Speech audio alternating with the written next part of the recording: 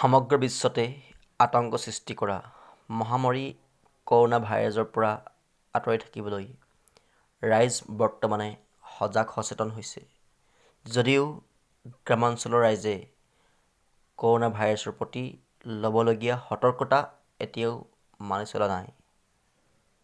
ইতিমধ্যে চীন আৰু ইটালীত কৰোনা ভাইৰাছ মহামাৰীয়ে হাজাৰ হাজাৰ লোকক মৃত্যুমুখত পৰাৰ লগতে লাখৰো অধিক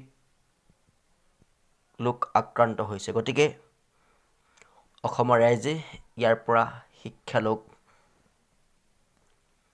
এই মহামাৰীৰ সংক্ৰমণ ৰোধ কৰিবলৈ আমি কিছু সজাগতা অৱলম্বন কৰোঁ আহক।